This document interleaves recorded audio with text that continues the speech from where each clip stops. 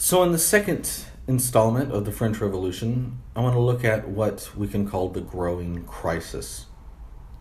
So, there are a number of reasons for the French Revolution.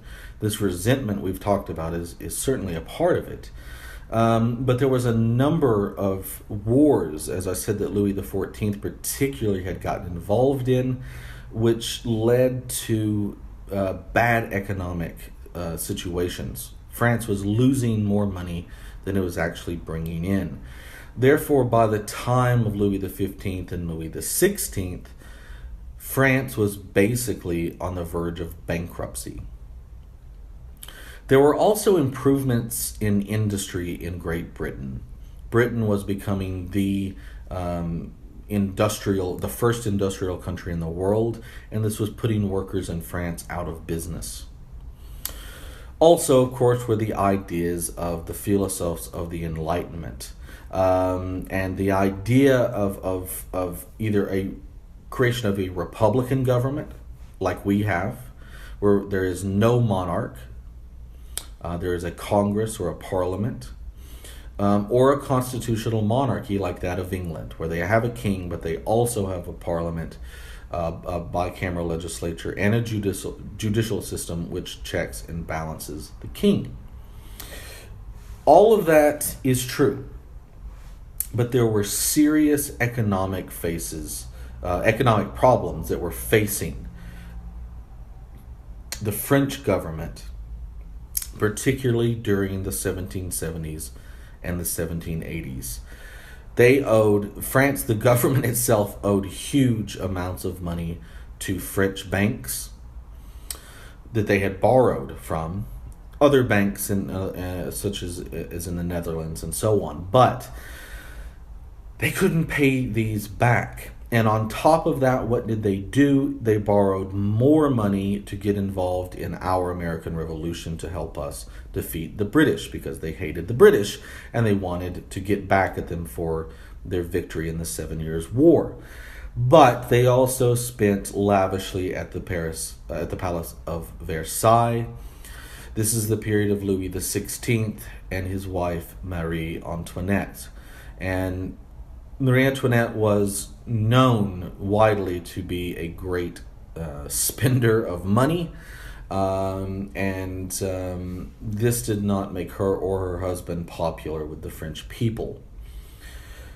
But one of the main causes of the revolution can be very much said as this: French support by the government of the American Revolution, both because they borrowed money to help the Americans, and that French soldiers went and fought and brought back the ideas of the revolution, ultimately led to a revolution in 1789 in France. So, we need to discuss then the so-called Estates General. This was a form of parliament that it would only be called by the king when was necessary, and it had never been called by the king in 175 years, since the year 1614. This is a meeting of members of all three of the estates, of the clergy, the nobles, and the commoners. And speaking for the commoners at this point, of course, is going to be the bourgeoisie. Now, whenever the Estates General would get together for obviously a dire situation, there would always be a vote. Here's what we're going to do about this, and each of the three estates would ultimately vote. Well, how do you think that went? The first estate and the second estate always agreed 1 + 1 = 2, and it was always greater than what the commoners or the bourgeoisie voted on. So they were always outvoted 2-1. Well, Louis XVI rather, called the Estates General in 1789 to deal with this economic crisis and the social crisis which was growing. And the Third Estate argued for a change within 6 weeks, but they were largely ignored. Because of this, the delegates of the Third Estate, remember largely the bourgeoisie speaking for most of French people, simply walked out of the Estates General and formed or decided to form their own government called the National Assembly. They did this on what was a tennis court, and so this agreement between the Third Estate became known as the Tennis Court Oath. They promised not to disband until they had written a constitution and they had figured out what to do about the growing economic and social problems and injustices which France faced. So, the National Assembly. Louis XVI basically was forced to give in to this, and he ordered that the other two estates join the Third Estate in a National Assembly to figure out what to do. Obviously, the differences between the three groups made making a decision very difficult and slow. Now, word got out to the people of France, and particularly in Paris, that the National Assembly was trying to figure out ways to deal with this or fix the problems. But the people could not simply sit and wait for the National Assembly. Why? Because they were largely starving to death. One of the major economic problems was that the people were no longer getting simply the bread that kept them alive to do their jobs and to live. So, bread, other food, any protein source was very scarce within the summer of 1789. And basically the people of Paris decided they had to act on their own. Now, let me give you, one of the psychological, I suppose, reasons. When you're starving, you are not using 100% of your mental capacity. You're using actually a very low percent. You go into starvation mode.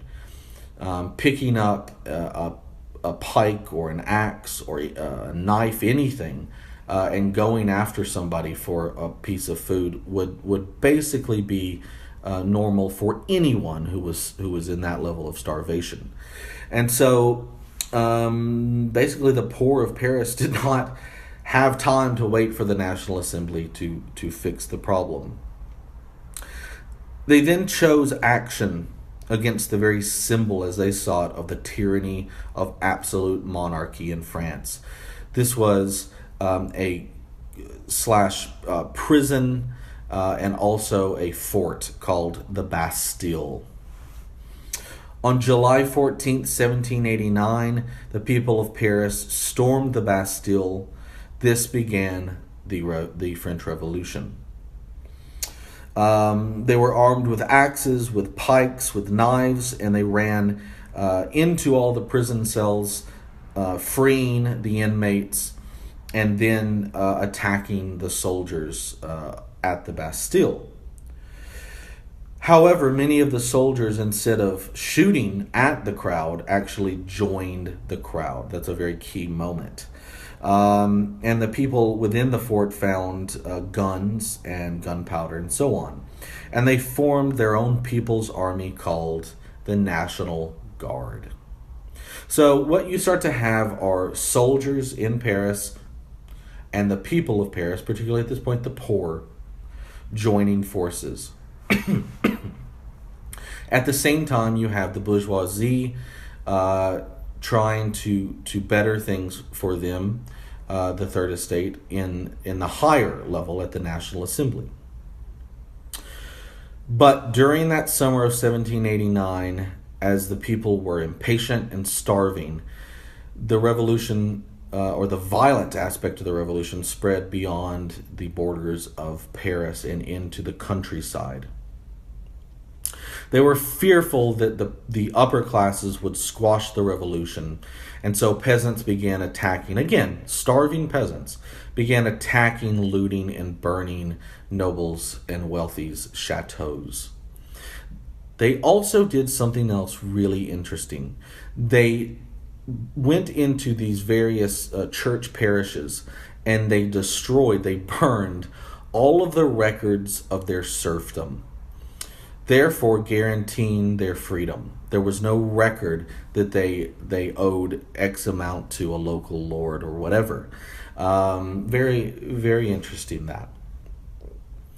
At the same time, and that was known, by the National Assembly, that the people of France are bloodthirsty at this point. They're starving. So the reforms of the National Assembly begin. These events in Paris and the countryside force the National Assembly into action. And during a very long session on the night of August 4th into the next day, many delegates made impassioned speeches in support of reform. By the end of the next day, the Assembly had abolished almost all of the feudal customs, although there were some left, ending serfdom and the tax-exempt privileges of the nobles. So now we see from the very top a change within France, and the king is having to go along with it. They therefore established sort of like our Constitution, but it was called the Declaration of the Rights of Man and of the Citizen. And this declaration was passed then in August of 1789.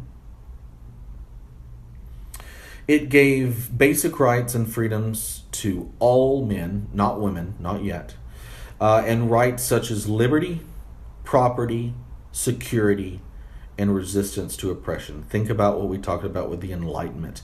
This was the fulfillment of many of those ideas of Hobbes and Locke.